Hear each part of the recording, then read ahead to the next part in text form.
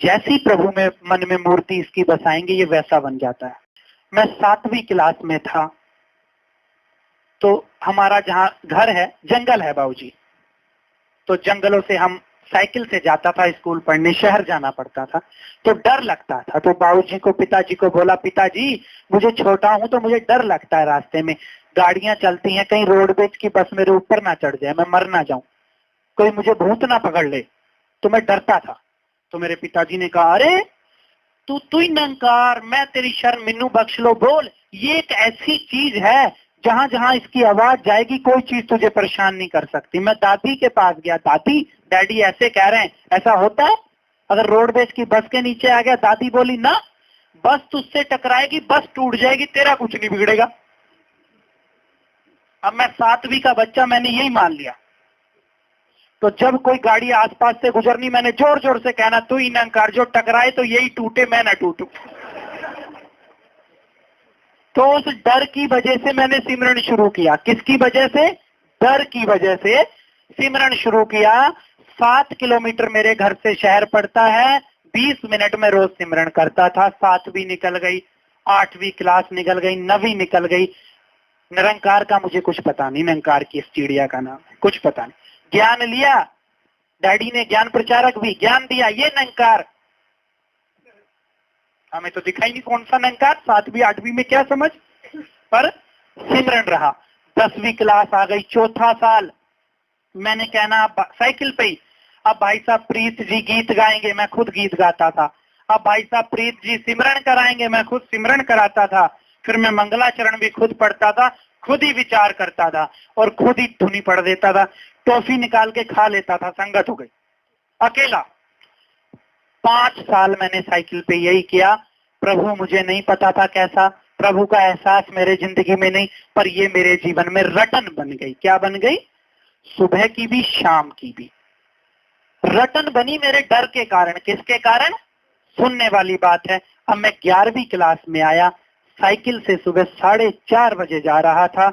जैसे ही संगत खत्म की, मैंने कहा प्यार से कहना, मुझे आवाज आई, धानंकार। आगे पीछे चारों तरफ देखा तो कुछ नहीं। मैंने सोचा भूत पीछे पड़ गए और साइकिल लेके भवन में भागा। पर बड़ा रोया, बाबूजी मैं तो सिमरन कर रहा था, 4 साल बाद मिलना तो प्रभु था, मिल गया भूत। घर भी बताया तो माँ बाप ने बताया, नहीं, जहाँ संतों महापुरुषों का सिमरन, जहाँ प्रभु का सिमरन होता है वहां भूत होते ही नहीं।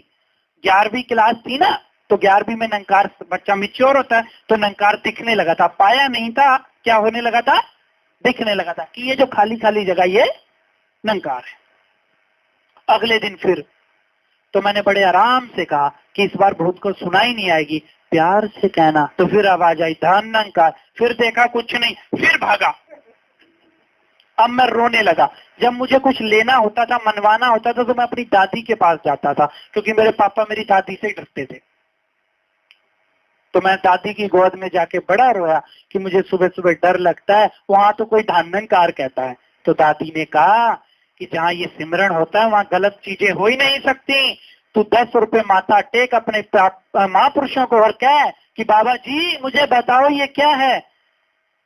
तो सामने डैडी दिखे, मैं ये भी तो महापुरुष ही है, जब दुनिया इनको टेकती है तो मैं भी क्यों नहीं, इन्हीं को मान लेता हूँ। तो मैंने डैडी के हाथ में 10 रुपए दिया, उनको कहे बाबा जी आज मुझे डर ना लगे, पर आज मुझे पता लगे कि क्या है।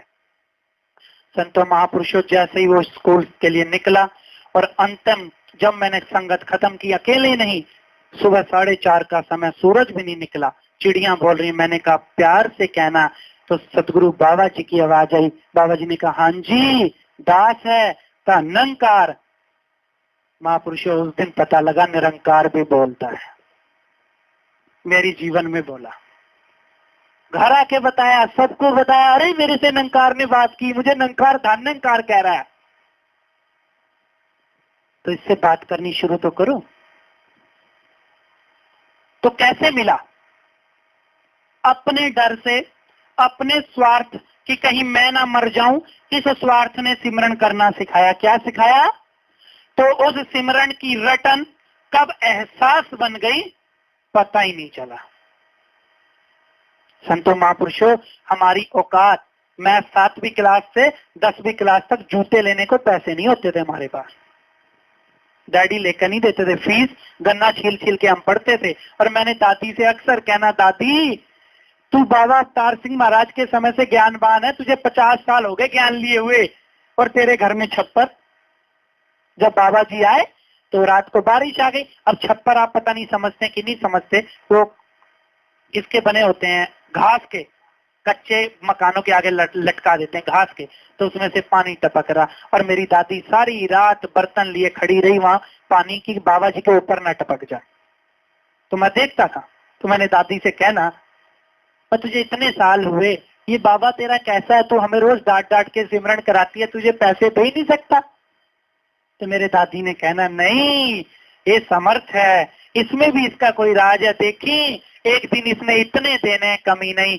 तो साइकिल पे जाने वाला वो व्यक्ति आज विश्व की 1 नंबर की एयरलाइन है कॉन्टिनेंटल, जो दास के सिग्नेचर से चलती है अमेरिका में। 3-3, 3.5 हजार करोड़ का एक जहाज, 300 जहाज दास के अंडर से चलते हैं। तो मेरी औकात थी, और ये जो आज आपने दिया ये मेरी सौगात है, कोई कमी नहीं छोड़ी आपने।